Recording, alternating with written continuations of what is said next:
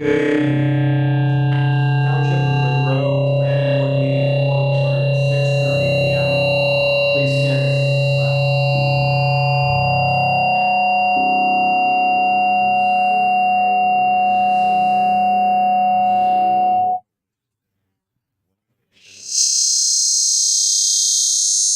In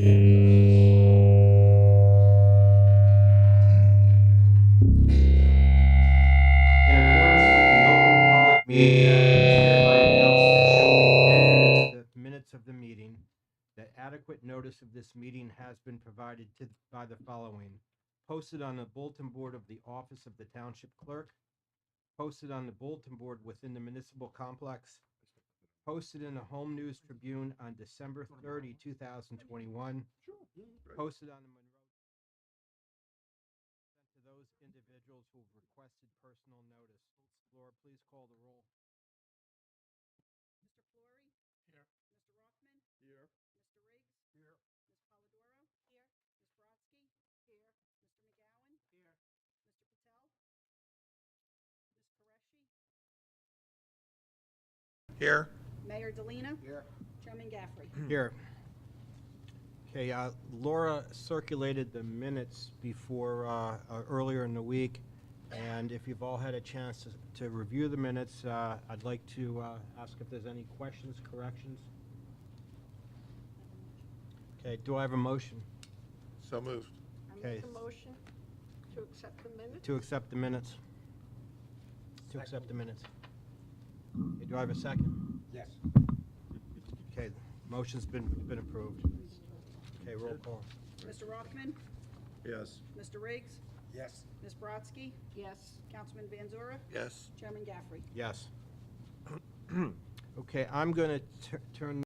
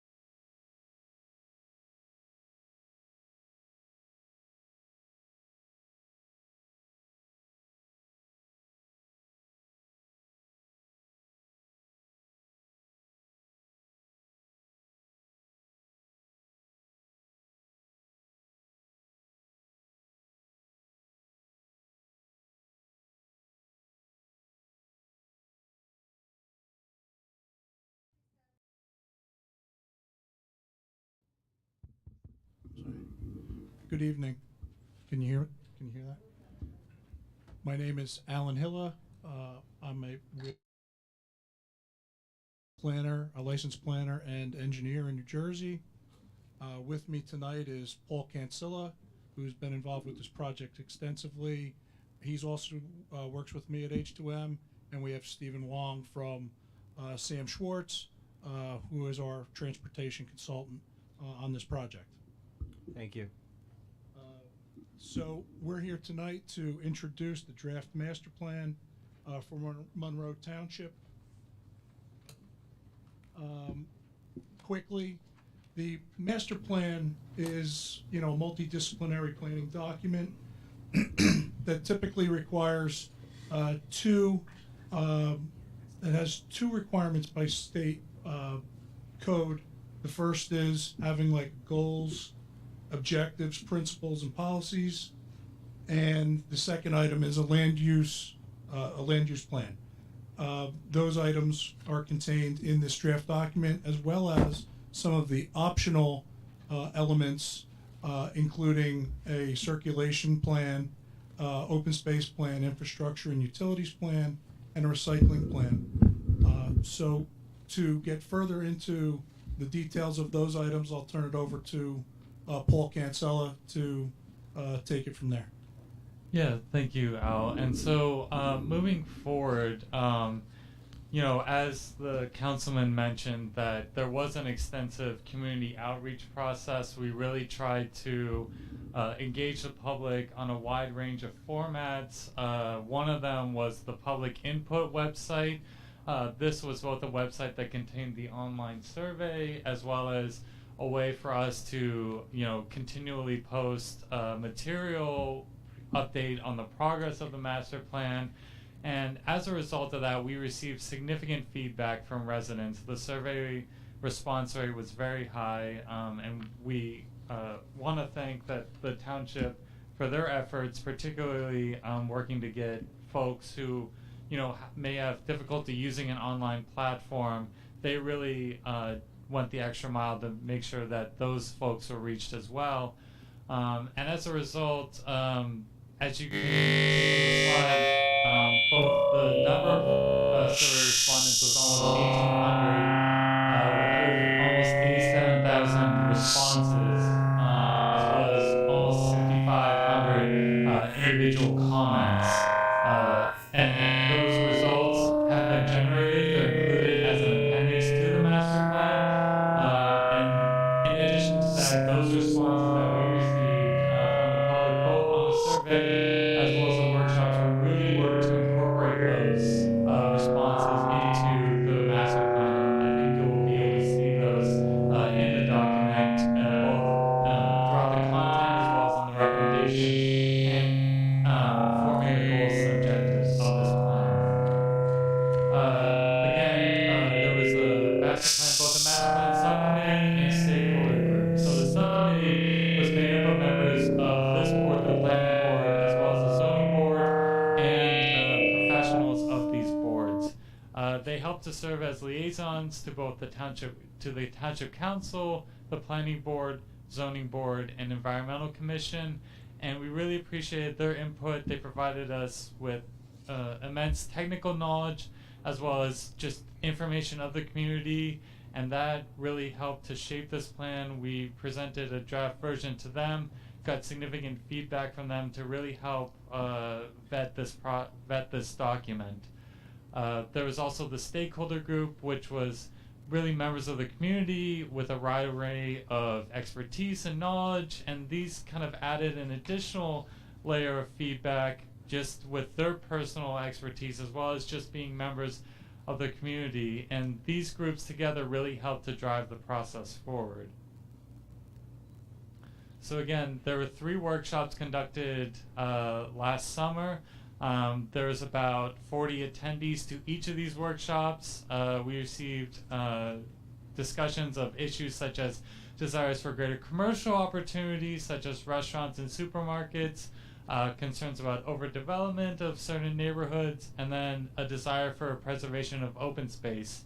And again, those kind of major themes were also themes that were reiterated in that public survey. So a lot of the feedback that we received were, a lot of overlap between both what we heard in the workshops as well as what was present in the results of the public survey.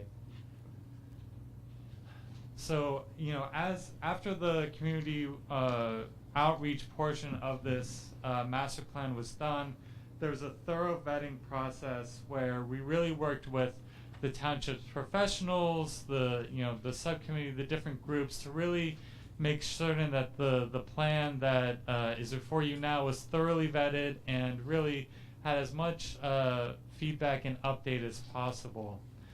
So some of the issues, some of the trends that we're seeing as far as regards to the land use plan were, residential development. Again, this is largely a result of statewide affordable housing mandates. These are something that, every municipality in the state is kind of having to deal with. Additionally, warehousing and e-commerce, particularly growth in those industries after the pandemic, and just given the location of Monroe along major corridors, a lack of commercial development. This is something that we heard from residents, as well as from the quantitative analysis we did, looking at tax records, land use patterns, the like. And then another loss of rural character was something that was also reiterated throughout the survey and public workshops. And then looking forward to some development constraints, particularly environmentally, looking at flood hazard areas as well as the amount of wetlands existing in the township. And so what we had to do, and as Al mentioned at the opening of the presentation, one of the requirements of a master plan, according to the municipal land use law, is a statement of goals and objectives which help to form the basis of the master plan. And we did a set of goals and objectives for each element of the master plan. So those goals and objectives for each element, those can be found both in the introduction to this plan, so they're on pages 12 to 14 of this document, as well as we put the goals and objectives at the beginning of each individual element. So for the land use element, that is located, these goals are located at the beginning of the element, which is on pages 29 and 30. So with the goals, again, these were largely based off of the feedback that we received from the public, is really wanting to achieve a balance of land use types that both help to maintain and enhance the quality of life in the township. So looking at ways to encourage appropriate commercial development in areas where there's population concentrations, as well as where the infrastructure can accommodate it. Thinking about potential infill development rather than greenfield development by encouraging some redevelopment, again, where feasible, so that there's an efficient use of land, there's a balance of land uses within the township. Also looking to promote some light industrial development in appropriate areas of the township, and then wanting to develop and implement policies that really comprehensively address the needs of an aging population. Just given the demographics of the township, this is another important goal as far as land uses go. And then as we look to the future for the impacts of climate change and how the township will be impacted by those, wanting to come up with strategies to minimize these risks as these storms, particularly as an example of the storms last year that impacted the township. How can the township work to proactively plan for those types of storms in the future? So the recommendations tables, again, those are in each of the elements. Those can be found at the end of the elements. So for the land use elements, those start on page 78 of the master plan. We've broken these down into the different categories. So looking at, and again, this is not a complete list. Again, all the recommendations are on 78. These are just looking at highlighting some of the main ones, looking at potential rezonings of certain residential areas, both in the North Disboro Road area, as well as the area along the southern part of Spotswood Englishtown Road. Again, wanting to ensure off-street parking requirements for residential uses comply with RSIS standards. And one thing that we really, and this will be reiterated again in the open space element, but is the recommendation of a creation of an open space zone. So a new zone that would cover the different open space parcels within the township to kind of ensure and maintain those parcels as they exist as preserved open space. So moving on to some commercial recommendations, as particularly given some of the changes and maturities in different commercial industries such as the light industrial as well as just commercial uses, wanting to create, we've provided some definitions to kind of update the zoning ordinance to address those, looking at some off-street parking requirements, potential changes to the Spotswood Englishtown Road corridor, potentially additional commercial along the zone that's located on the southern part of Route 33. Again, looking at the efficient use of land through potential redevelopment designation in some underutilized areas, and then potential for a hotel use in the PRGC zone. Moving on to looking at the climate change vulnerability assessment, which is a relatively recent addition to a requirement for land use plans in the state, but wanting to the requirement to identify some of the major vulnerability issues in the township and create recommendations to address those. And a lot of these recommendations came from the county's hazard mitigation plan, as well as some additional recommendations to look for, looking at things of ways to mitigate flood hazards, both through improvements along these waterways, as well as potentially looking at strategies for elevating flood-proofing structures in flood-prone areas of the township. And again, this will require coordination amongst both the county as well as neighboring municipalities. The potential to create a regional flood control commission is something that we recommend the township take a look at. And again, these are all part of just wanting to take proactive measures to prepare for future extreme weather events that we know are likely to become both more intense and more frequent in the future. And now I'll pass it off to Steve Wong to discuss the circulation element. Thanks, Paul, and good evening, everybody. A lot of what we heard in speaking with members of the community and through the survey with regard to circulation kind of can be distilled down into three main categories. Safety was paramount for a lot of people, for not just vehicles, but also for bicycles and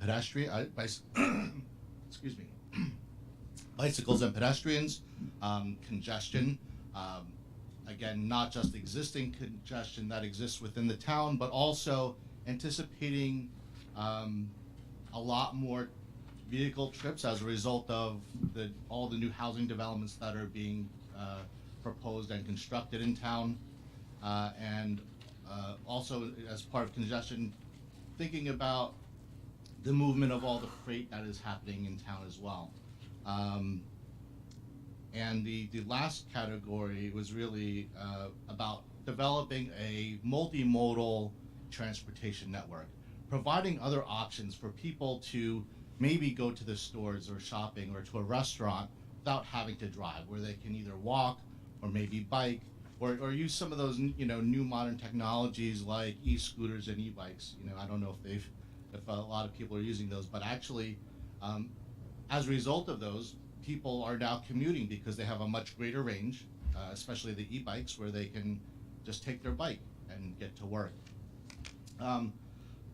So as you look at the recommendations, they all kind of focus on those three elements. The first being adopt a complete streets policy or ordinance. This is a complete streets policy really is a statement from the township to say we are prioritizing multimodal safety in our town, and that means better sidewalk connectivity, better crossings, as well as bike lanes and bike facilities. The state and the county both have complete streets policies, so the only roadways that are not covered by such a policy are the municipal roadways that the township maintains. So that would be the first recommendation The second, again, this is to improve non-motorized travel within the township, is to update the 2009 Bike Ped Master Plan and Trail Plan that was developed, I guess it's over 12, 13 years ago now. That was done through a grant by NJDOT, so there was no cost to the town at that point.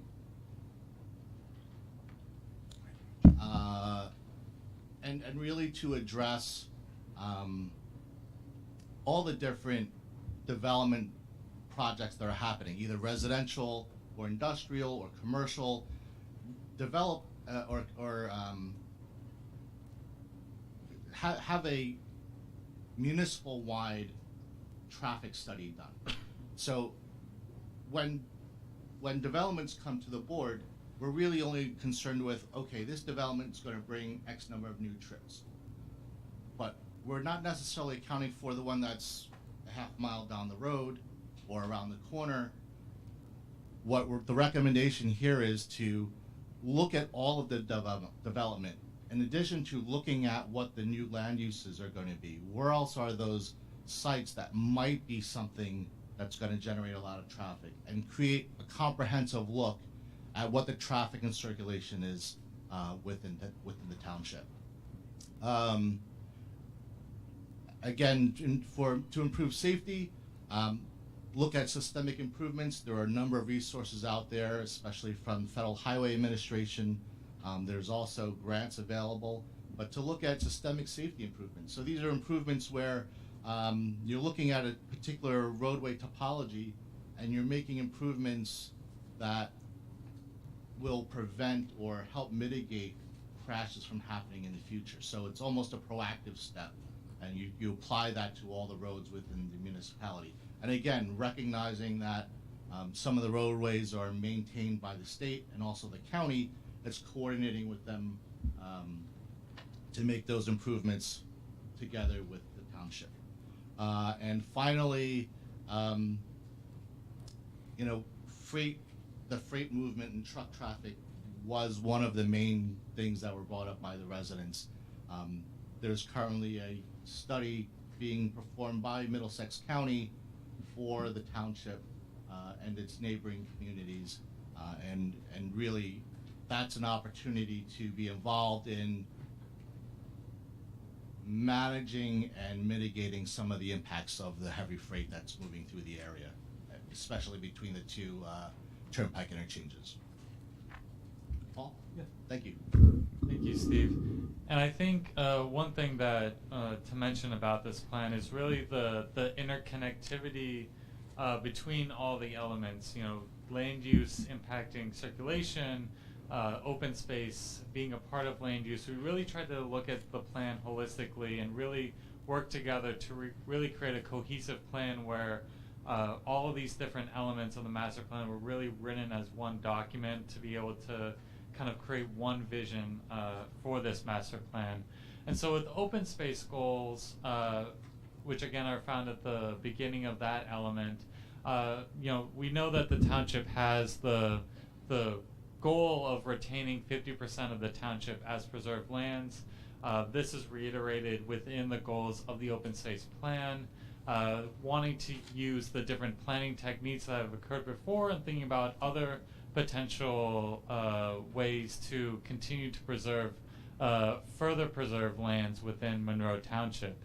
Wanting to encourage a network of pedestrian greenways, particularly when we consider along stream corridors, bicycle paths, so that we really, and this was discussed in the circulation element and reiterated here now, really creating the connectivity and linkages between the different residential neighborhoods, both with open space and community facilities as well as commercial areas. And when we think about open space and recreation, wanting to ensure quality and accessible recreational opportunities for residents of all ages, so not just area recreation for young kids, but also recreation for older adults and just across the entire age spectrum. And then as a part of the preservation part of this, wanting to preserve and enhance the rural character of certain areas in the township, particularly aligned with the rural planning area according to the state's planning area, which is which there's a map of it within the land use plan, but it's incorporating particularly that southeastern portion of the township, as well as some other areas along the southern part of the township. So the recommendations that came from those goals, and these really were developed both looking at, again, there was a lot of focus in the community outreach about the needs of, open space, the desire for residents to want to preserve more of the township. So really, a lot of these recommendations are focused on that, as well as the quantitative analysis that was done, looking at where the open space parcels are, where are the different types of open space, and where are the gaps within the township. So one of the gaps really was identified both in that quantitative analysis as well as from the community outreach results, was the southern half of the township, particularly looking along that Applegarth Road area. Just given the level of residential development that has occurred in that area, without subsequent expansion of the township, we heard that from residents of that area. We heard that from the township professionals, that this is an area of focus on attention for potential expansion of recreation opportunities in Parkland. Wanting to add, and we provided a facilities gap analysis in this plan, and wanting to add recreational facilities where those gaps exist. We also, as a part of this plan, created criteria for the open space, both for the township and the open space committee, to really consider when they're considering and looking at potential lots to consider for open space acquisition. Using this criteria were as a way of really helping to give focus and really a mentality of what to really consider when considering open space acquisition. And as a result of that, we also provided and it's not an extensive list, but just an example list of potential open space parcels as detailed in this plan that came as a result of looking at that criteria. And then thinking about also wanting to preserve the rural character, working with Middlesex County to preserve targeted farms that they have, that they're looking at as a way of preserving, and working with the county for their preservation program as a way to preserve additional farmland and parcels within the township. And so, what came from these recommendations was really an open space plan. So if we look at kind of the map, which I know is a little bit difficult to see just on the PowerPoint, but looking at areas in the northern half of the township of what can be expanded.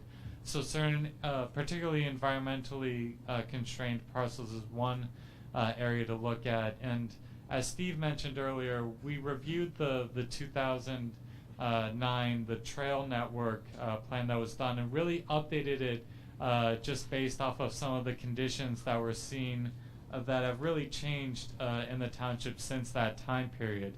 So some of the recommendations from that plan that have carried over is looking at, again, potential greenway along the Manalapan Brook, and then also a potential for a right-of-way trail along the PSE&G utility line. This is something that we've seen crop up in recent years as a good example of that in West Windsor Township nearby. Another good example is in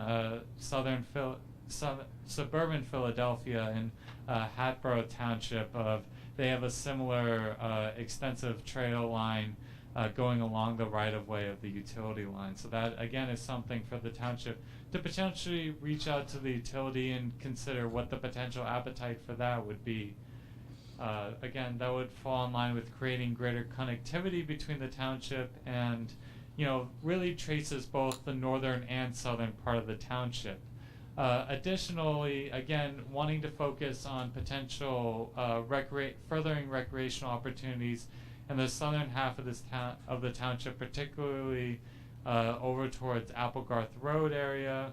With further trail expansion, thinking about along Union Valley Road, a trail either on-road or off-road, as well as another potential greenway trail along the Millstone River. Again, these were a lot of these trails came up in the 2009 plan, and these are the ones we feel still hold true today.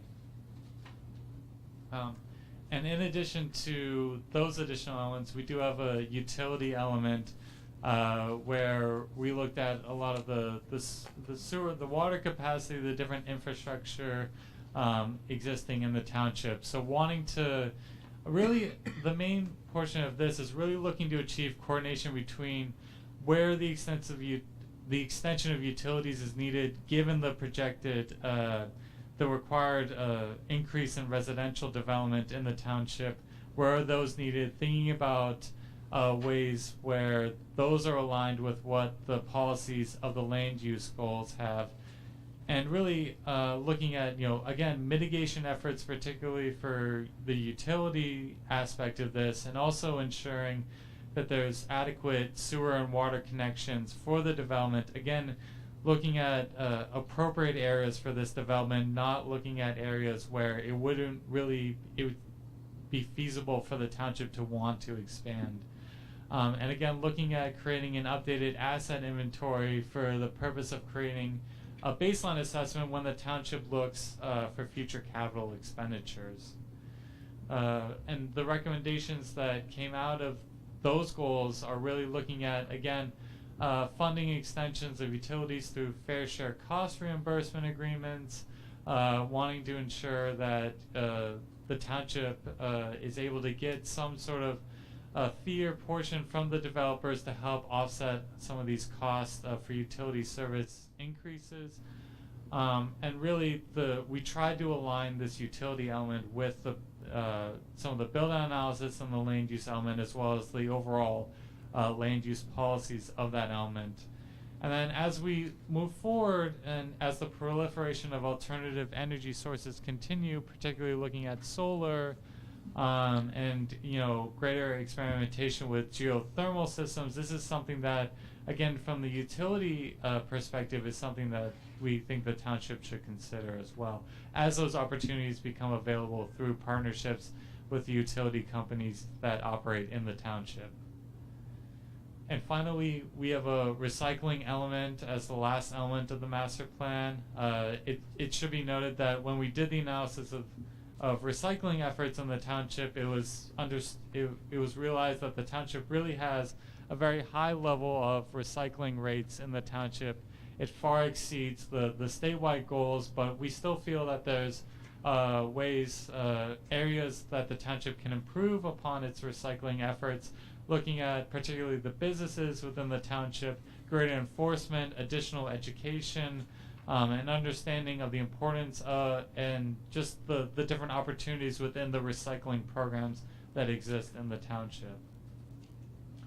And piggybacking off of those goals, the recommendations are really looking at an inventory of the commercial and institutional establishments, really wanting to work with those establishments to improve recycling efforts there, just given the high level of recycling that does occur, particularly among the residents living in the township. Wanting to formalize a partnership for greater enforcement of recycling efforts. And again, it's always important, even though there's a high level of recycling rate within the township, to continuously monitor and improve those programs and education, and continue to pursue grants from the state to help fund a lot of the excellent recycling programs that occur within the township. Okay, and that wraps up the different goals and recommendations for each of the elements of the master plan. Paul, early in your presentation. Oh, I'm sorry. Just Al was going to finish. Al Hill was going to finish up. I'm sorry for. So, as the chairman stated in the opening, this is really the first opportunity to provide feedback to the draft plan that will be subsequently acted on sometime in the fall, as was presented. So that concludes our presentation here for this item, and we open it to the board and to proceed with questions and comments. Sure. Paul, early in your presentation, you used the term flight. Early in your presentation, you used the term flight control. Can you define that term? I'm sorry, I said flight control. Flight control, did I hear that right? No, that was, I might have misspoke. I don't Freight- recall. saying- Freight control. Freight control, yes. Yeah, as far as looking at areas of the township where, where warehousing and that type of light industrial use would be appropriate, I think. So my apologies for misspeaking. It's okay. I'll open it up to the board, its professionals, if there's any questions or comments. Yes. Yeah, I don't remember exactly where I read it in the pamphlet, but there's a statement about reducing setbacks. And and I have a problem with that because we're sort of like famous for our buffer zones. And to reduce the setback, how are we accomplishing that in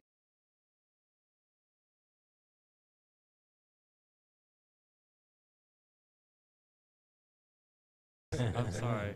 Just given the, just so I have a better reference of where you're referring to. Well, if you want, since it is out of the blue, if you'd have that answer for me for the next meeting. Yes, yeah, of course, I can provide that. I just need to find where we recommended that is all.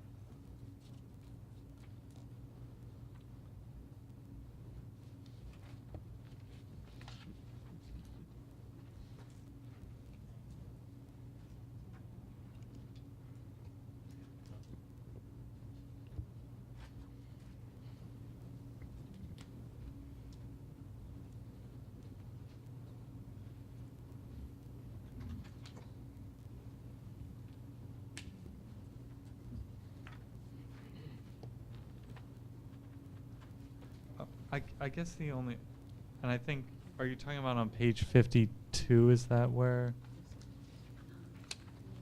And I don't mean to just jump around, but.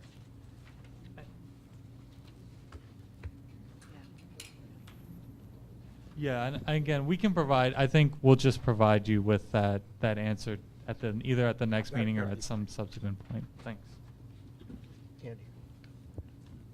Thank you, Mr. Chairman. Good afternoon. Thank you very much for a fairly comprehensive overview of the master plan. However, this is the first time that we'll be going through each and every one of them. But my general comment on the overall master plan is that it seems to lack a little bit in the specifics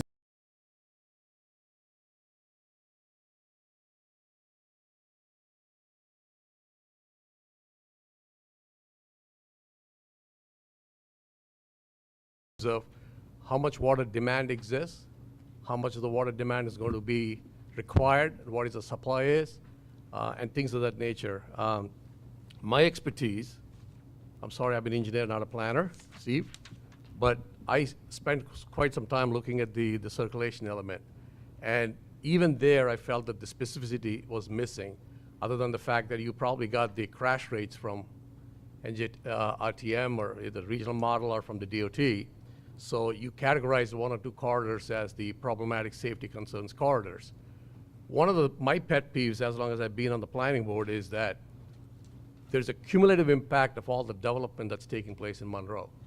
So each engineer, each developer comes and puts in their 200 homes, 300 homes, and walks away with a couple of improvements. But overall, how is that impacting some of the pinch points within Monroe Township? For example, Forest Gate and Applegarth on the west side of the thing. If you go to the east side of it, Spotswood Englishtown Road and Devo Avenue, which is a five-legged intersection. I was hoping that I would get an opportunity to actually give these specificities to the master plan to be included and come up with some kind of a plan to do that. We also talk about multi-modal system. I understand multi-modal can be defined in multiple ways, including bicycle pedestrian as well as motorists. But from a transit and rideshare perspective, I didn't see too much of specificity on that as well. There's a 50% preserved land mandate that we adopted that we wanted in the township to maintain. So steps towards how we can get there. like I said, I don't intend to solve or get answers from you guys, but that's where we want to see the master plan to be, almost like a roadmap moving forward for the next 10 years until we get back to the next one. But I think, quite honestly, one of the suggestions that you made was to do a township-wide traffic study, which is something that I've been preaching for some time. So I'm glad it came out in the master plan, which is the right way to approach it. But some of the things like adopt the Complete Streets program. It's nice, it's sexy to say it, but how do you take an existing infrastructure, local road, and make it, a complete street? How do you go about doing that? So those are some of the bigger issues. The thing that really concerns most of us in the township as of late is the storm events that we're having and the impervious areas that are being created with the developments, how they're flooding some of the homes, whether it's through Manalapan Brook or maybe even in the north by Rossmore. So some sort of analysis on how we can prevent any plans related to that. So again, there's an energy master plan of becoming 100% clean energy by 2050. There's not much of a discussion on that in the master plan that we could discuss as well. One of the things, the overarching theme for the master plan is consistency in decision-making in the township. I think there'll be a paragraph if I would like to see that, so how the process can be adopted so that the administrations change, people change in the township, but there's a consistency in how, step by step, we can implement some of these improvements. That would be very helpful. With respect to my colleagues and the public here, I'm going to stop there, but those are some of the concerns that I have.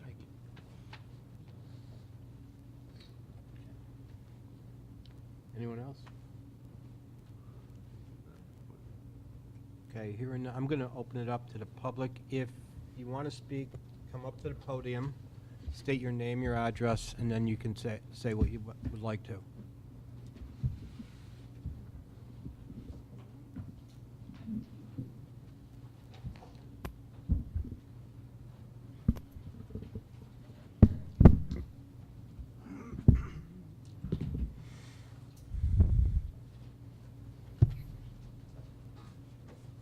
Joe, is the mic on?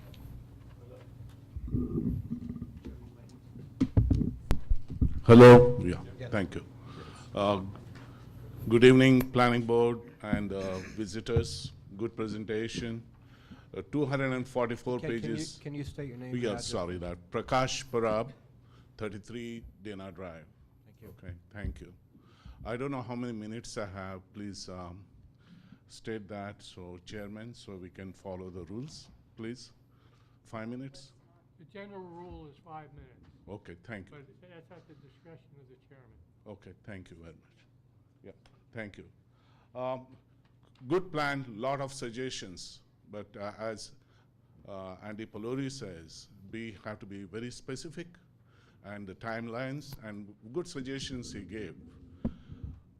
We need south side, there is a lot of development, so we need a recreation center there. The recreation center is in the north side of the town and is very far away, and a lot of development has come in the south side, and we need a recreation center. No doubt we want to have town center or whatever you are calling, but we need a recreation center, we need a public swimming pool. And I think we have to stop high density housing, both for youngsters and as well as for seniors. The town is getting crowded. We have to broaden the streets. I don't know why the study was not done. The expectation is to broaden the streets and look at the, which intersections are causing traffic jam in the morning, in the afternoon, in the evening, and how we can broaden that. And those are the recommendations we'd like to see. No doubt, we like to have bike paths, walking paths. But I don't know, the town has developed so much. The road, even when I want to come out of the cars are driving full speed, And, if you want to have walking path, biking path, there are good suggestions, use utility lights and all, but current infrastructure is going to be very expensive. But whatever the new infrastructure is coming, please implement that so the people there can go to the restaurant, go to the supermarket and all which is coming. And next thing is we need a affordable supermarket, not like expensive what we have. And we need restaurants and all. We are talked about. I don't know where they are going to come in. The next one is Monroe citizens, I tell you, every day drive to other towns for Walmart, Target, hardware, everywhere. We drive every day 10 to 12 miles. If you have an environmentally good town, you should have shopping in our town. So where it is going to come, it is a dream. So a lot of suggestions are there, but when it is going to come, I don't know. I have been here for 20 years, but I go to the other towns every day for shopping. And we have senior citizens. You know, they have to drive every day to other towns. I think we have to take care of that. Now, coming to the question, you know, which page number, I think within first 14 pages, we say we have 9.5% of land under agriculture. The question is, how much of Monroe Township land is under farmland preservation? So that is in the circulation, or in the open space plan.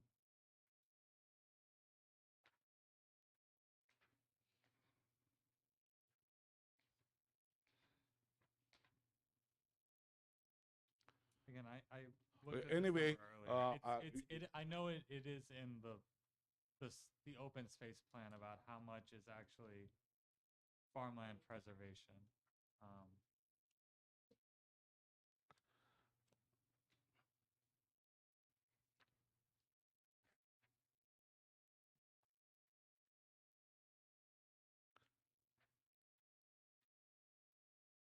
Page 105.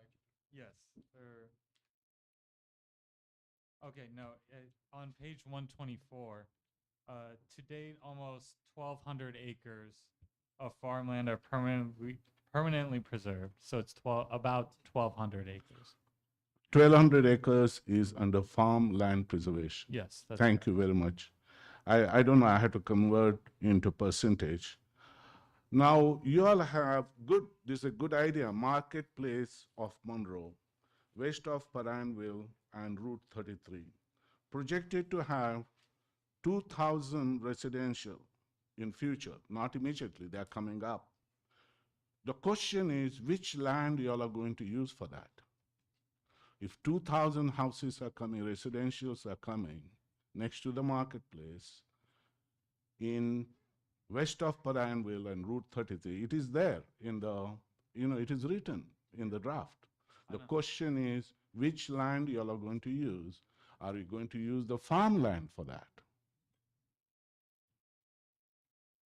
No, so this is, again, this is Paul, that. make sure your microphone is on.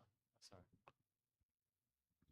So that is, when we discuss that, that is something that has already been, approved. Now, granted, there's various stages. It's not been finalized, but that is something that's already something that's been approved. That's a part of the requirement as a part of the town's, meaning it's a statewide affordable housing mandate. That's again. No, I understand that. My question is, which land we are going to use? Is it the farmland which is already purchased by the developers? Which land we are going to use? That's a simple question. I just know it's the land north of, that's on the north side of Route 33 in that description. I'm not 100% positive what it is. So it is already purchased by the developer. That's the question. It's already been, yes, Okay, correct. yeah, I heard, yes, thank you. It is already purchased. Mr. Parad, can you wrap up? Yes, last question then. Monroe development near Regency, again, same thing. Near the Regency, there's a development going on. I'm worried about the farmland which is there in that side. Is going to be fully developed, residential there also? That's a question. What you are projecting in next few years? Yeah, so that's also, again, that's going to be further residential area. Yeah. And again, these are all part of the housing plan. I love to have farmland protection and forest protection. Thank No, I you. understand. We make that recommendation as Okay. well. Thank you, Chair. Thank you. Thank you very much.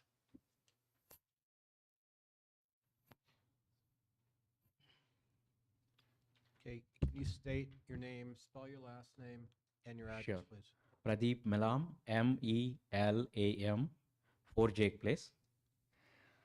On page 15 of your introduction, the population growth is expected to remain as is of 2010 census calculations from NJTPA to 50,332. But from 2010 till now, the town exploded and we have more plans that coming out. So are we still believing those numbers, or our town is going to do any approximation of the population growth? So I can just say that, again, that's a kind of an outdated number, and maybe we should have just either take it out or, update it, but that's. No taking out. Give us a realistic number. Why do you want to take out some numbers? Either you give realistic number. Well, I'm just saying that that's because it's unlikely, just given the growth that's already occurred and the projected development just that is required based off of the township's. Okay. Yeah, I'll move on to my next question. There's no point. And as Prakash, I'm reiterating, we need a southwest side, we need a multi-purpose playground or recreational facility or a rec center, because the town exploded in the last 10 years is that side. If you see the growth or if you see the rejoining of the schooling or anything, it's more on that side. So we are in desperate need. Everyone has to go to rec center from Applegarth and Station Road Junction. To reach rec center, it will take 25 minutes. Just to attend a 30-minute program, somebody has to travel 30 minutes to 30 minutes back. So that's another request from us. And the dire state of Applegarth Road, especially from the south of Plainfield Road until we reach 33. It was opening for 2 lanes, closing in, opening for 2 lanes and closing in. There is no straight path. And so I don't see any recommendations or anything in the plan that Applegarth Road is going to be regularized as a 2-lane plus 4-lane road or something like that. We would like to see that, because from 2010 to now, there are like at least 1,500 houses has been built in this section of the road that I'm telling.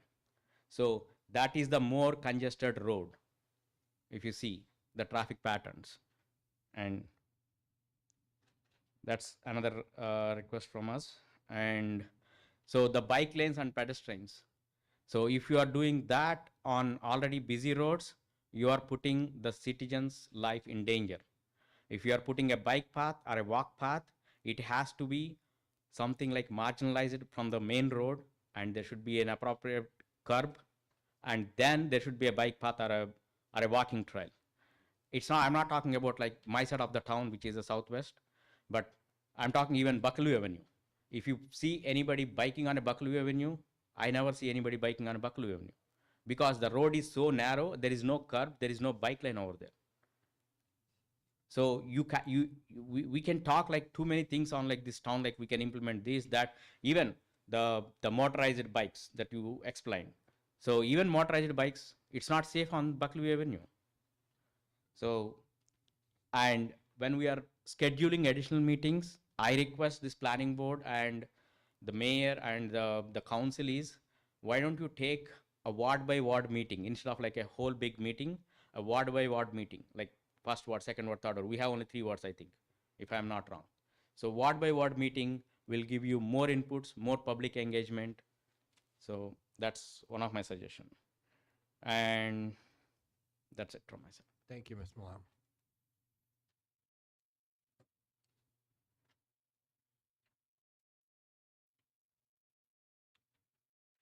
John Katerba, 153 Union Valley Road.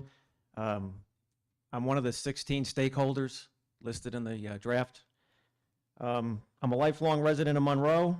I retired from the Monroe Township Utility Department as general manager in December 2018 after 32 years of service. I grew up there. I'm currently employed by a a large utility firm out in Linden. I just love utilities. I can't get enough of it. And it saved myself some divorce money. So my wife said, you got to get back out there.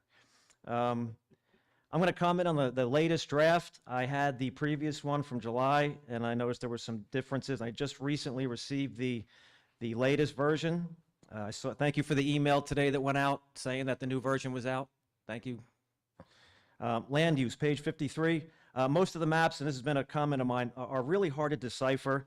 Again, since I turned 55 a couple years ago, things are starting to break down on me. I'm not going to get into specifics.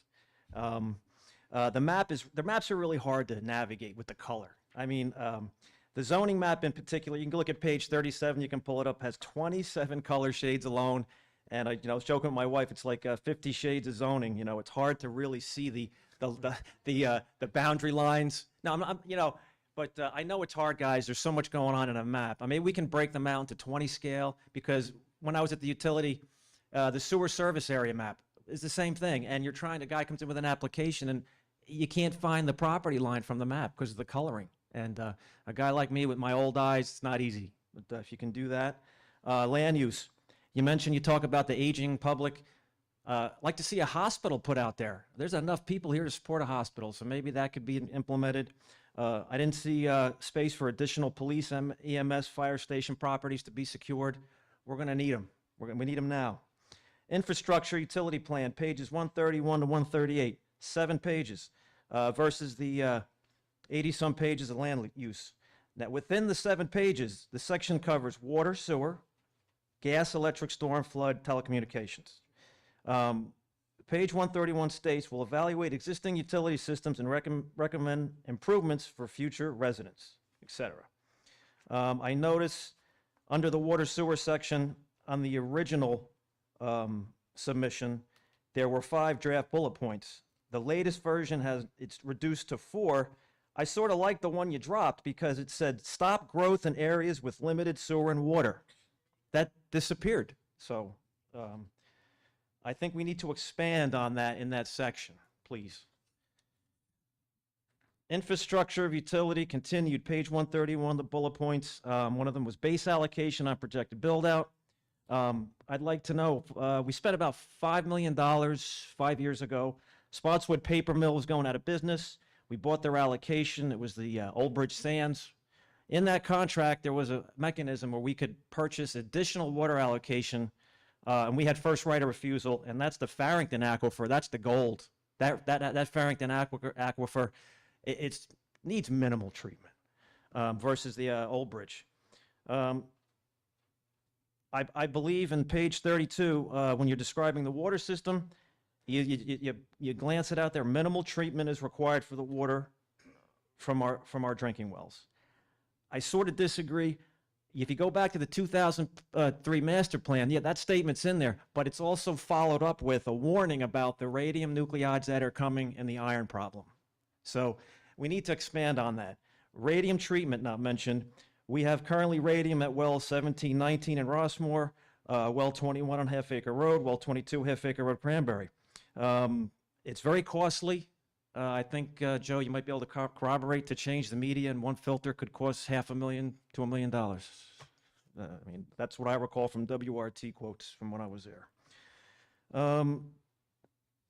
The page 135, water quality and supply says, confirm available water capacity from New Jersey American Water. I really don't like that statement because New Jersey American Water is open surface water. It needs treatment. It's, I don't want to say pond water for the layperson, but it is. And we're very proud of our drinking water here, and the utility does a great job maintaining and providing service. I can't say enough about those guys. I personally was in the interview process for the current water superintendent and sewer superintendent. They do a phenomenal job. Also, on page 63 of the master plan, I went back to the drought section, and it mentions that the Middlesex County in 2016 listed us as a medium level, high annual probability of both extreme heat and cold. This is in 2016. Goes on to say the town may need to consider mitigation efforts to conserve water. Well, you watch the news, you've been watching TV, you know what's going on. Look at Lake Mead. Look at Lake Mead, look what's going on. we need to worry about our water. And that was one thing that the former directors, Joe included, we're really, it's gold and it's precious. It's a non-renewable source. So we really need to get into this and expand. It's worth more than a couple of paragraphs in the master plan. Okay, please. If we go to do mitigation to find alternative irrigating sources, that's where you lose your potable water. We're throwing our good drinking water on lawns right now. And look at this summer. You go by the houses with the green lawns. If we can save and find alternate sources, we can bank that allocation for these future developments and not have to go to New Jersey American where you're going to be held hostage. Talk to anybody that's a New Jersey American customer.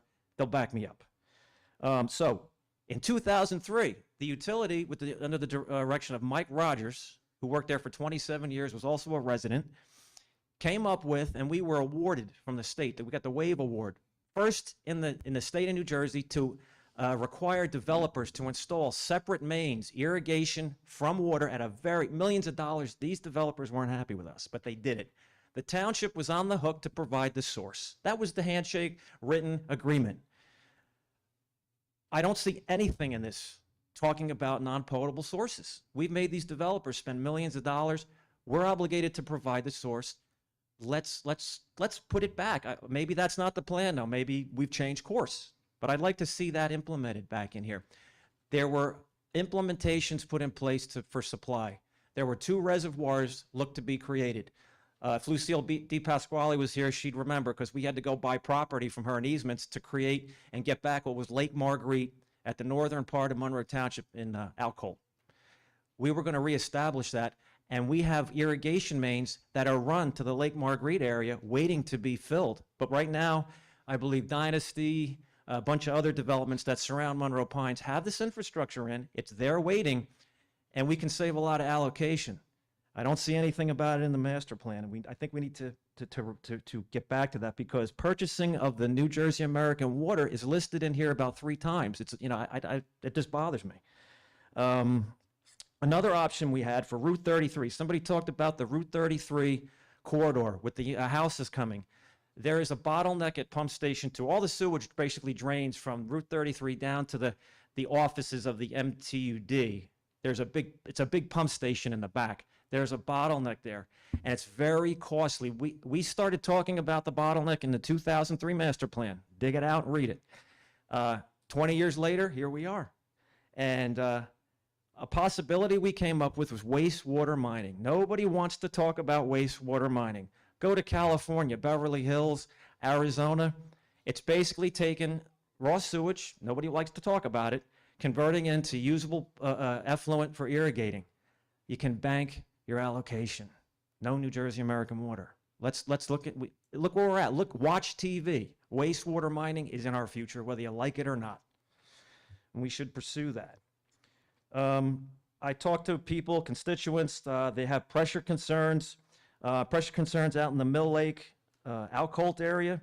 Again, it was listed in the 2003 master plan, and we at the time, the last draft budget I was involved with in 2017-18, we were looking at raising the 522 tank, and for the pressure concerns, and I didn't see anything addressing the water pressure, the towers, if there's improvements coming to handle that. The other option was I was tasked to try to find a couple of properties to put up just a brand new tank, and there were 2 properties that I remember dealing with trying to get them secured. Mr. Cotillo, can you wrap up, please? Yeah, I'm going to try to go as fast as I can. It's really important to me. Utility, all right, page 134. Go to utility funding services. How we're gonna pay for it. You go to page 134, and you start reading the paragraph, and it just stops.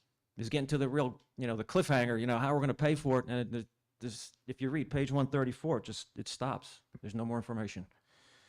Again, I didn't see anything about. I think there should have been a survey on people's opinions of their drinking water. I think that might have affected how they would have answered for village-style building and construction. It may have curtailed that. But water, again, is so important, so costly.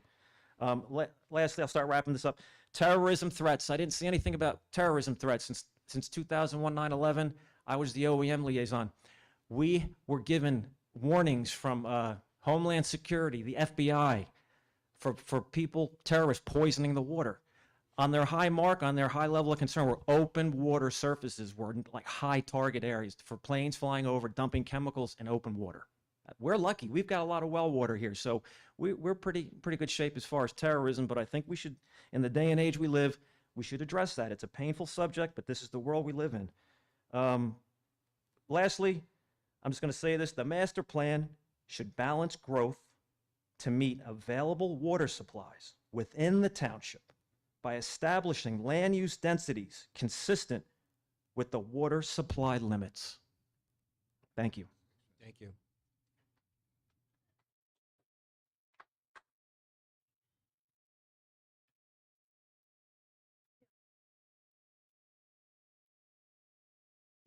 I think you're a little taller than me. I have to lower this down a bit. Stephen Ryback, 23 Riviera Drive. What's your last name, sir? Ryback, R-I-B-A-C-K, 23 Riviera Drive. Well, you know, we heard a lot of good suggestions today, and I think I might be echoing some of them, but from what we just heard now, you know, when we look around this country, the world, we see the shortages of water and what people are going through today. We need to take a little better look at our plan and our what we intend to do to conserve water, to look for new resources of water, instead of just buying it from another utility. How do we know what the cost is going to be as we grow? Are they going to increase it? Can we afford to do this? How will it affect our taxes? I think that the safety issue is important, because if they're using groundwater, that's not as good as well water, in my opinion at least, and I'm not an expert in this. I also didn't see any mention of sewer improvements. This town is growing in leaps and bounds, and you know, sewer and water were a minor portion of this plan and mention, and I haven't seen anything about sewer improvements. And how can we let that go? How can we not think about something like that? Is there enough sewer capacity or treatment, whatever we do, to deal with the amount of growth that we're seeing in this town? And not to even mention it in the plan? I think that's something we have to take a serious look at. Pressure. I know my own home, I don't think the pressure is too good. And it's funny, when I moved in, I called the builder, and they said to me, well, there's been a problem in Monroe with water pressure. That was the first I heard of it. And I believed it, but really the pressure in my house is not very good. How are we going to deal with this problem when we keep increasing the amount of development and stuff? And I understand that we have to increase this development. I know there's court orders, but we also have to take a look at how we're doing it and who's paying for it. We have these developers coming in, making these huge developments. Are they paying for the improvements that are needed? I think they should be. Because once this plan is approved,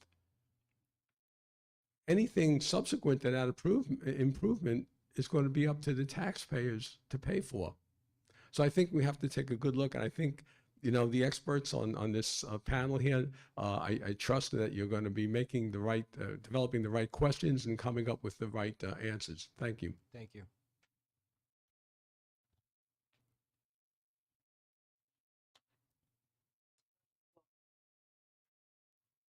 Michelle Arminio, 9 Nathaniel Street in Monroe. I'm actually going to do this a little more piecemeal, but I thank Mr. Katurba for getting into the nitty gritty. I had asked for a meeting during, and I am one of the stakeholders on the committee.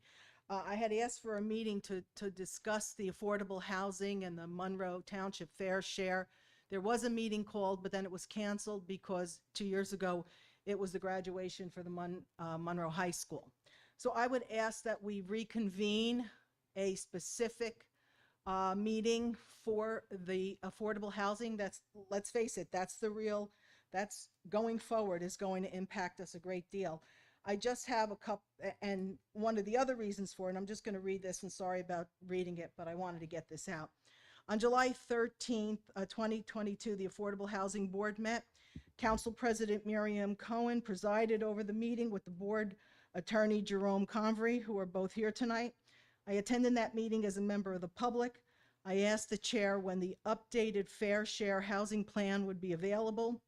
At the July meeting, I was told that the updated affordable housing element and Fair Share Plan would not be presented until at least their meeting in October. So I think that before we go anywhere, we need to have this set in stone and figure out what the projection is, what the details are about this, because it is one of the more critical issues of our going forward for our master plan. And just let me read this also. The affordable housing, Mount Laurel, these are all different ways to say it. Affordable housing, Mount Laurel, COA, which is the Coalition on Affordable Housing, are names commonly referred to as the Monroe Township's Housing Element and Fair Share Plan. And that plan was from 1999 to 2025. So what we are responsible for until 2025 is what the settlement is, and we hear that all the time. The last report of the update was in March of 2016. The previous planner who prepared that 2016 report writes on page 34, the township shall rely on the court-settled affordable housing obligation of 1,133, and that period that extends from 1999 to 2025. And that 1,133 is only 20% of the full build-out of the building construction. The build-out allows, and you can correct me if I'm wrong, Mr. Rasimowitz, the build-out allows 4 market residential units for every 1 affordable housing residence. Okay? So that's one aspect that we really need to drill down on, so the people know, and we know going forward where our building is going to be. And you talk about the land that's left. I don't know where there's land left, but I do have a specific question.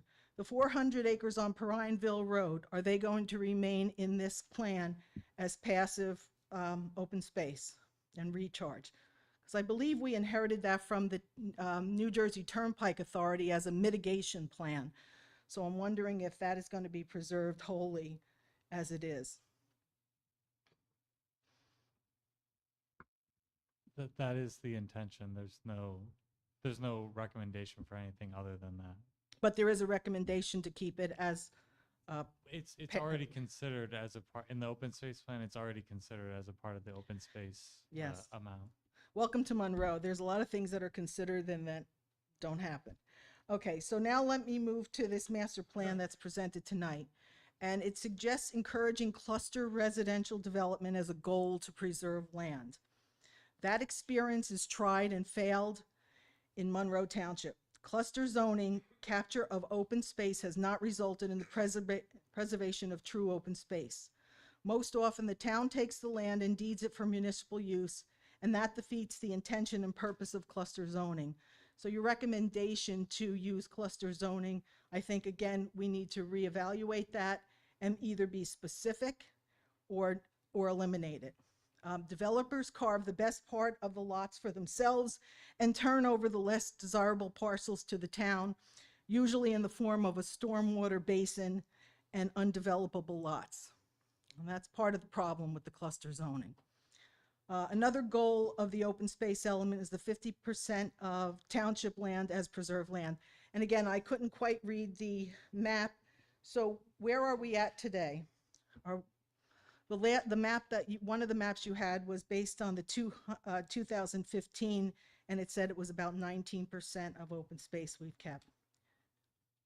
I'm sorry, can you The question is, today, from your research, how much of our Monroe Township land is preserved as open space? and I discussed this with Kevin, it's about 30%. But when you talk about that, and we've had this discussion before, are we talking about conservation land that is deeded from individual residential parcels? Are we talking about the golf courses that are in the senior developments? Or are we talking about the basins? A lot of that has previously been considered Monroe's open space. Did you guys look at that? We use the same definitions as from that 2015 and just built off of whatever was added. Okay, so all of those things that are really not open space are considered in that 30%, which again, I would object to. And if we move forward with this master plan, maybe we'd get a more realistic view of actual open space. And I will try to be more brief, but one of the disturbing parts of this plan, now I don't know if my numbers are correct, but I have the land use plan, and I have on page 37, where it says redevelopment of underutilized parcels represent an opportunity to both meet the demand and to improve the Monroe Township, built environment through creating greater connectivity and overall improved design. So I don't really know what that means. I mean, if underutilized land means, and you're also talking about closing in and building into some properties that the lots are either small or like filling in areas. I just think that we're going to start looking like Staten Island, and forgive me for anybody who came from Staten Island. No, that was not the intention. The intention is when we talk about underutilized, we're talking about basically like either semi-vacant or mainly vacant commercial properties and redeveloping those when they're underutilized. Okay, can we be specific about that? Because underutilized can be a subjective position, and I have been in the planning board and zoning board meetings. Once a master plan is developed, they go wild with the interpretation, and the citizens of Monroe have very, very little to say about it. So I'm thinking, and I've been saying this for a very long time, about the water. If we need to purchase water allocation, to me, and I think many of our citizens would agree, then we are building too much. If we have to go out and find other sources of water, we are putting too many properties in the town. So this filling in of anything that's left is just not in the best interest of the residents who live here and the near future residents. We're spending money. We've spent, I think, twice we bought allocations from other communities, $5 million, millions of dollars. Who benefits? I'm not sure the residents of Monroe benefit. We are accommodating developers.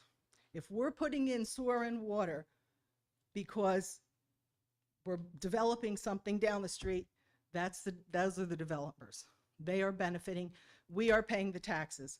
We are not accommodating our children. We don't have any room in this plan for schools or land for schools. And I know this is a different governing body, but it's ridiculous to talk about Monroe's build out without talking about our children. Thank you.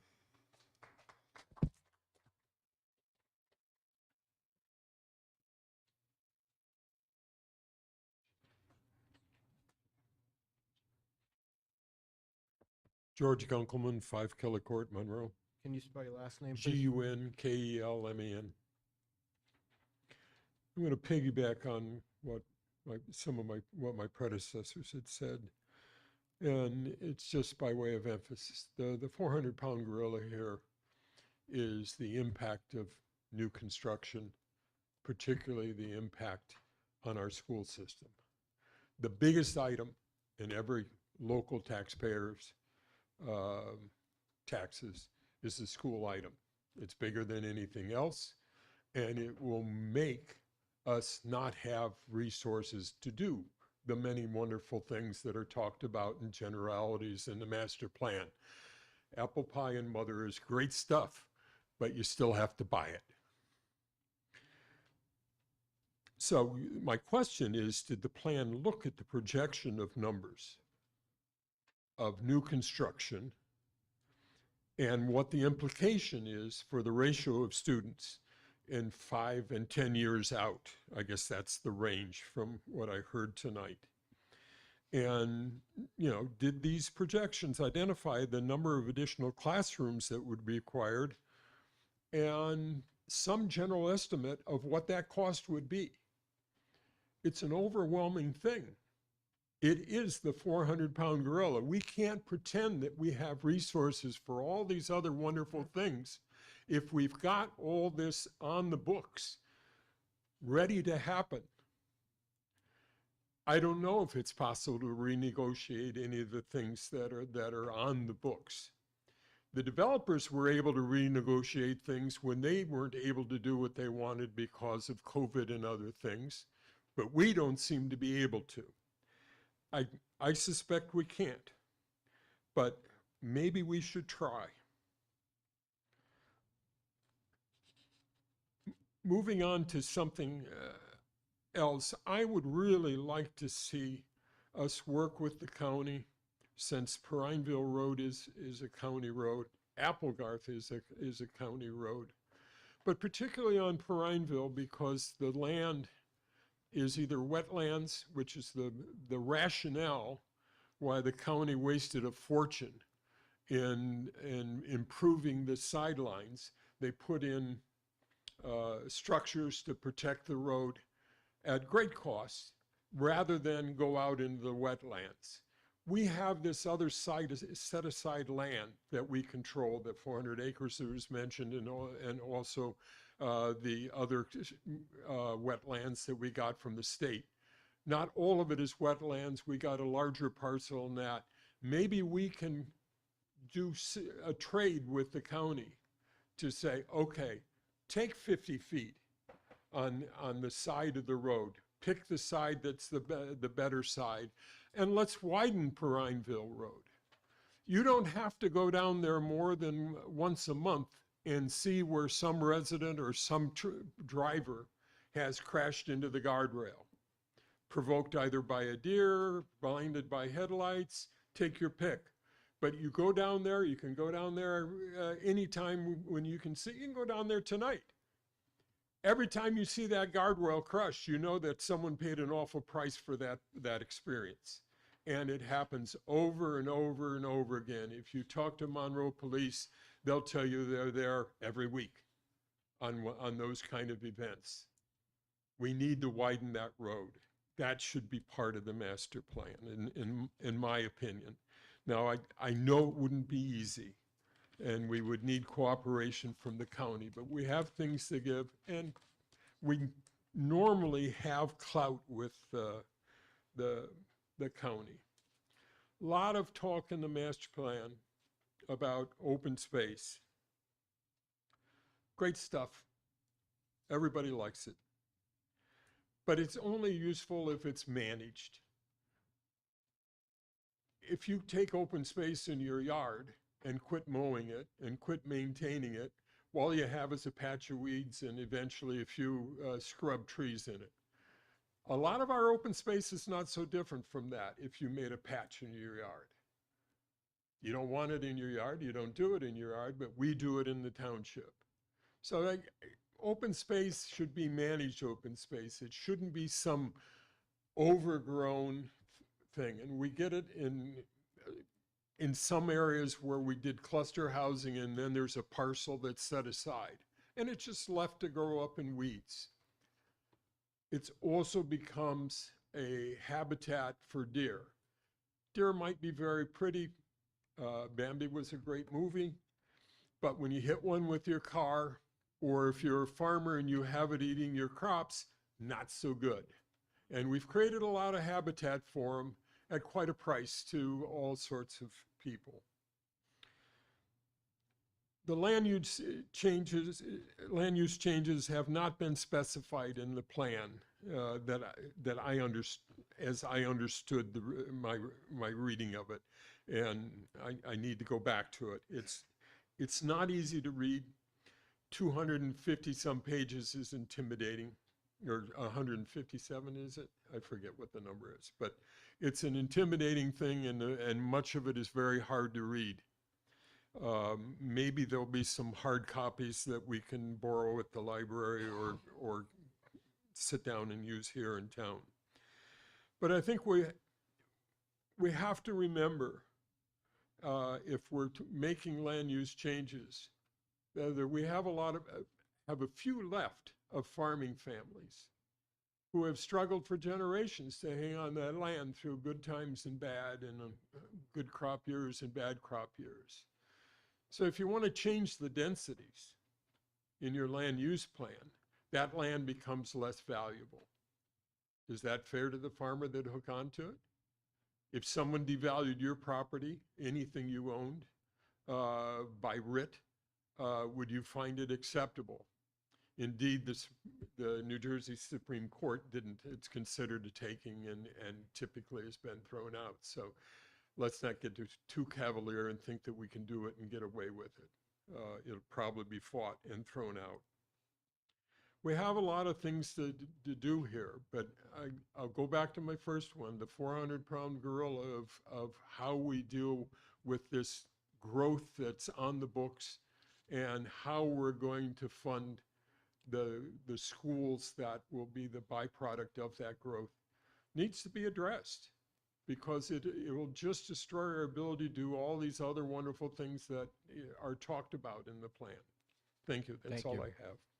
Thank you, Mr. Chairman. Anybody else want to speak?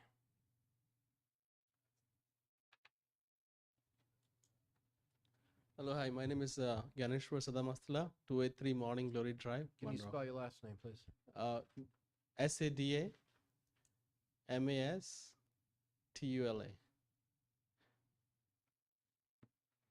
Okay.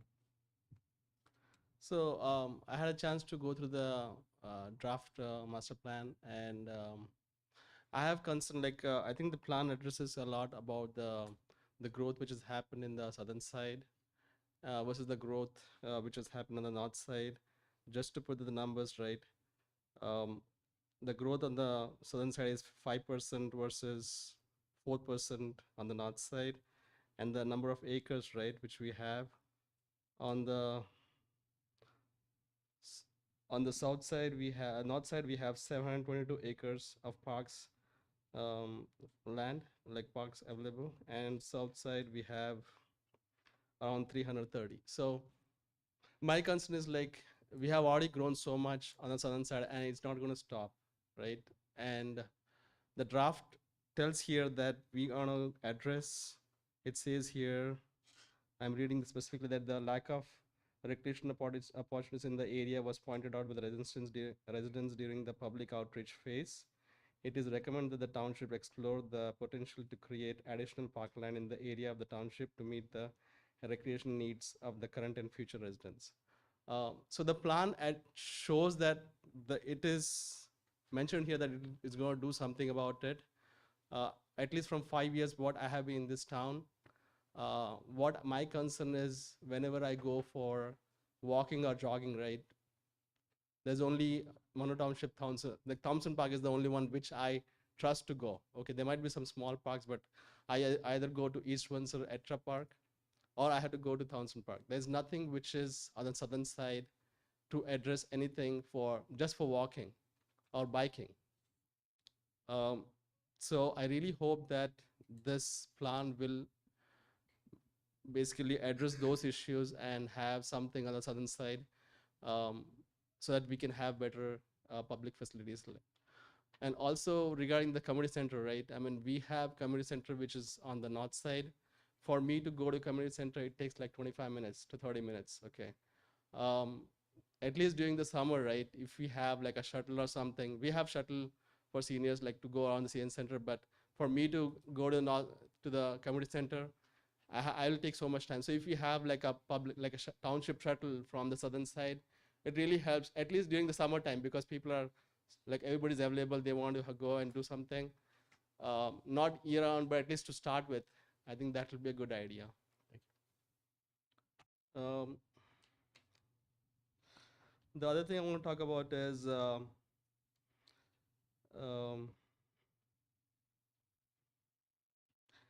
like I ran through I haven't gone through the plan much on the draft because it's a very big document, but from the last 10 years, right, I want to know, like, a question, right, how many public or parks or any facilities have been developed in the last 10 years? That's my question, so that I can know, okay, this is what something which was done. And then, because I don't see that in the plan, And I don't know how I can get those answers. I mean, that would require, I mean, we have what the current amount is, and we would need to have a record of what it was, you know. No, but I want to know like from the last census, right? Like suppose from last census, which is like, not the last census, like 2020, like 2010, right? From 2010 to 2020, in 10 years, what has the township done for these public facilities? Like, so specific things which I have done to make new public facilities, or like anything which has done. I want to know on that. I don't see that. I mean, I haven't gone through the draft plan, but maybe I can guess that answer. That will be helpful. Mr. Chairman, sorry, over here. Do you mind if I just address the question for a moment? Sure, sure. So I think what you're asking, if I'm understanding correctly, is looking back for the past 10 years, how many new parks and Yeah. recreation facilities? So I think that's a great question, and I don't have that information offhand. I'm happy to help you with that personally, tomorrow or Yeah. throughout this process. Yeah, I think in whenever. the master plan, as they're kind of looking forward for the next 10 years, they may not have captured the last 10, but it's certainly that- something yeah, from the because township's perspective. What I'm hoping for is like, I mean, I don't know, it's like, what has the township done the last 10 years, and what I can hope to be done to have the township done the next 10 years, because what I have seen the last few years, I haven't seen anything which has changed. Sorry. There are small things which I have concern. I don't know, it's like township or it's the BOE. But we had this beautiful driving range on Station Road and Applegarth, which was just a driving range, and right now it's just rotting, and nobody's using it. So I know the BOE is owned, but the thing is like, it's a facility which was used by the public. I mean, right now it's just rotting there. Even if if somebody can ride it for free, right? At least somebody can use it, like, because right now it's just sitting there, and like we're not getting, the township is not getting any money out of it. I know the township has given that site to the BOE, but it's just sad that it's not of any use to anybody. And the last thing, I think I want to reiterate the water pressure thing which has happened. I'm in this township from 2016, and today is like 2022, right? In the last 5-6 years, I have seen considerable water pressure decrease in my house. At least when I was there, maybe I was thinking that maybe it was my house, or maybe because my house is like 10 years old, maybe 15 years now. But I think we should do something about it, because I don't, in the next 10 years, right, if I'm here, I don't know what's going to happen. At this moment, I don't think it's looking good. I don't know about the other houses, what people experience, but personally, I think it's looking very bad. I mean, we have so many developments going on, but the township, I'm not saying don't build new houses, but then the people who are already there, they should not be suffering for people who are coming in. We are paying taxes, and we should be getting the fair share of everything. Thank you. I think that's all I had. Thank you. Thank you so much.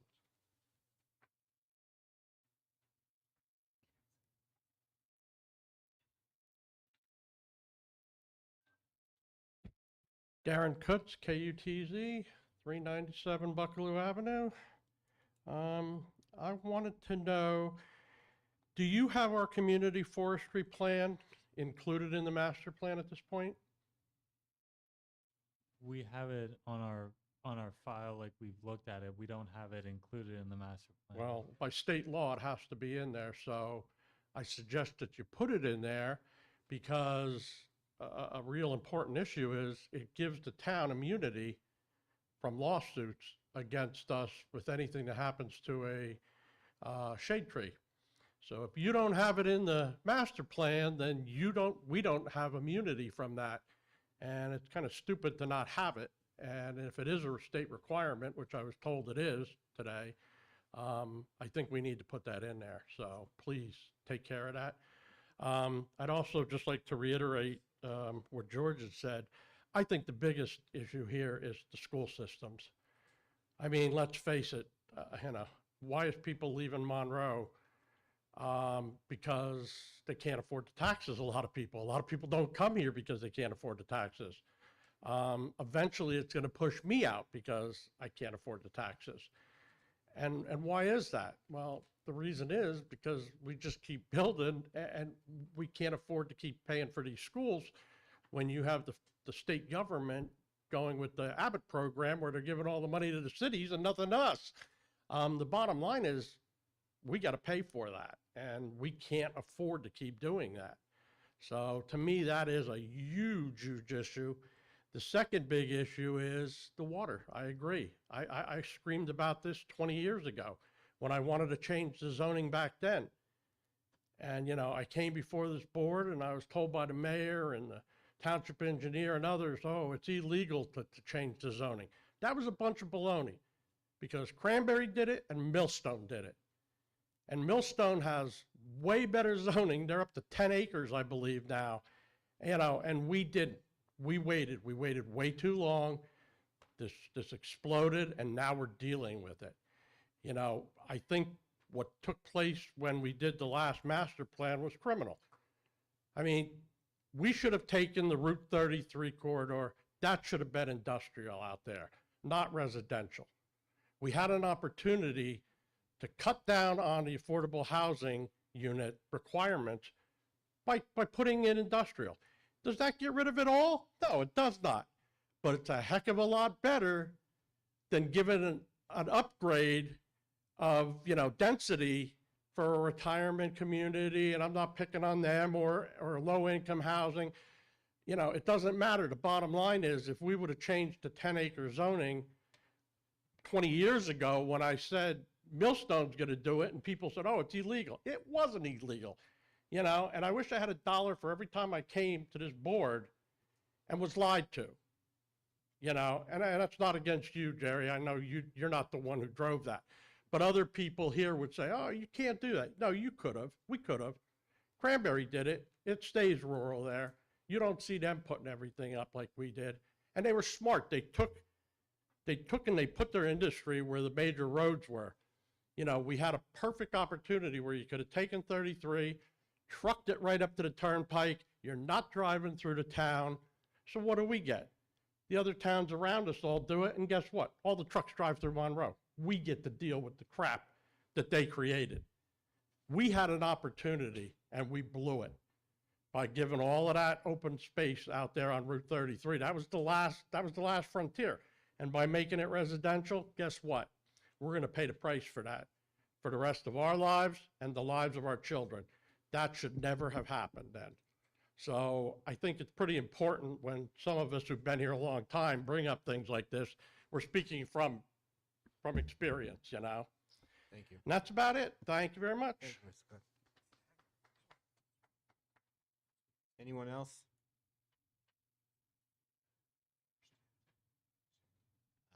Hearing none, I'll move to close the public portion. So moved.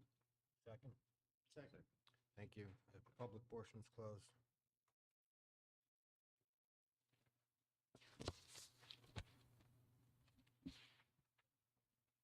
So, Mr. Chairman, if I may, what would be the next steps for the sake of the board as well as the public so that we understand what to expect?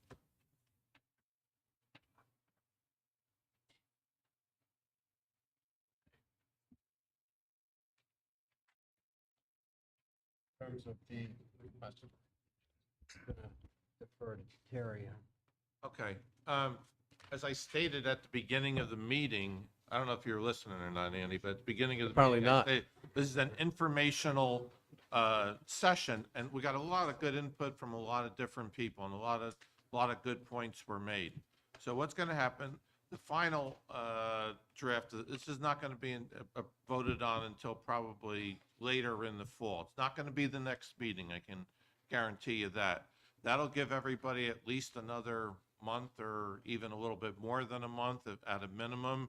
Any of the further questions, some people raised questions tonight, and you know, this is a pretty big document, so not everybody had all the answers, you know, right on the spot. But if you have those further questions and you want to follow up, you can call Kevin, you can call Joe Stroin, who's also worked on this, and we can also get in contact with our H2M guys who are all here to answer the questions. So that's what's going to happen next, and then when we get that, we'll try and incorporate those suggestions, and then later on in the fall is when it's going to be scheduled for a final, at which point the public gets heard again, I believe. So we've tried to do everything we can and we all understand all the frustrations in the town. We didn't hear anything new tonight. Schools, the only thing I will say new is apparently over the last year, the water seems to become more of an issue, but the schools, the overcrowding, the, development, things of that, those are all legitimate concerns that we got to take into account within the constraints that we could do it as we are mandated by certain state laws.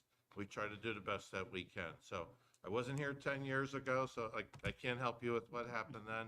We're trying to do the best we can for everybody right now. So, but by all means, we invite it, and that's what we wanted. We wanted to have the question. So, let me just say thank you for everyone for coming. And also, I wanted to say, a lot of you got very, very prepared tonight to ask intelligent questions and not just throwing out the, like, hey, what's going on type of thing. So I compliment all of you, and I thank everybody for coming tonight. Really appreciate that. If I may, Mr. Chairman. If I may, Mr. Chairman. This is probably my fourth master plan that I've been sitting here a while. I heard two issues tonight that did cause me a bit of concern. One, obviously, where we're going with the affordable housing, and we should have, if there's going to be a meeting on affordable housing, we should have that before we approve the final master plan. Well, just as a thought. The second one, and I put it right, actually I put this as the top issue, was water and sewer. And hearing that there were some sources of water that we had, and instead there's a recommendation to be buying it from some third party that'll be a lot more expensive and obviously impact the whole tax area.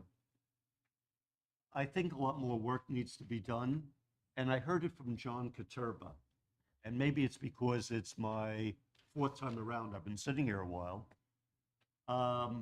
If there were two people I would count on to give me inputs from the past in water and sewer, it'd be Mike Rogers or John Katerba. Is there some way that if there's a further meeting addressing this issue, that Mr. Katerba could participate and be invited to that meeting and participate in it? Mr. Chairman, if I can. Yep. Again, there's been a number of issues that have been brought up about water and sewer. I personally had a number of email exchanges with Mr. Katerba, inviting him over to the utility department to discuss all of his concerns. Many of them are dated, and some of them are inaccurate. And again, that's no fault. He's been out of the loop now for 4 years. There's no problem about that. I will clarify for everyone today, we are not going to buy any water from New Jersey America. Suggested in the master plan, 3.6. Again, I understand that, John. John, I understand that. And if I can defend myself, okay, my reputation's on the line. Mr. Chairman, point of order. Yeah. This is not a dialogue at this point. Correct, correct. My one recommendation, I'm sorry, gentlemen, my one recommendation is if there is a follow-up meeting where water and sewer does sound quite serious to us and needs to be addressed before we vote for the final adoption on this, that Mr. Katerba could be somehow in attendance. That's my recommendation. And as I said, more than happy to accomplish that. And that invitation is open to every citizen, and I'd be more than happy to give a presentation to the entire town relative to the robustness, resiliency, and redundancy that exists in our water and sewer system and network. Because believe me, a lot of effort, a lot of time has been devoted into developing a plan, incorporating the build-out analysis that goes into not only fair share housing, but the amount of open space that exists. And as I said, it's a complex issue, and it's one that I'd be more than happy to make sure is understood by everybody. But just so that everybody's aware, we are not going to be purchasing, and I recognize that it's in the master plan. That's why we appreciate your comments. That's in error, and we will correct that. because as of November of this year, we will be putting a new well on at the corner of Matchaponix and Spotswood Englishtown Road that will add 750 million gallons of additional water into the water system, more than adequate to sustain any development for the next 30 years, regardless of how much is going on. And we have additional well supply that we've purchased. Again, we will discuss where those plans are going, but be more than happy to discuss that with anybody. Thank you. Thank you. Okay. Mr. Chairman, I just want to make a statement, given the temperature of the room here. If we made a comment on the master plan, it's not because we disliked what was in there. I think for those of you who came to the first meeting at the planning board meeting, we said that we're very passionate about what happens in town. So we want to be a constructive input into the master plan, not necessarily criticizing what is done. I just want to make the record clear that there's no animosity within the board or outside of the board if the comments are being offered here. I honestly care. I want to bring my expertise to the planning board and to the township at every step of the way if I can assist. Thank you. Thank you. Anything further from the board? Okay, we're going to entertain a motion to adjourn at this point. So moved. Second. Okay. Adjourn. Thank you. All those in favor say aye. All those in favor say aye. Aye. All those opposed? Me.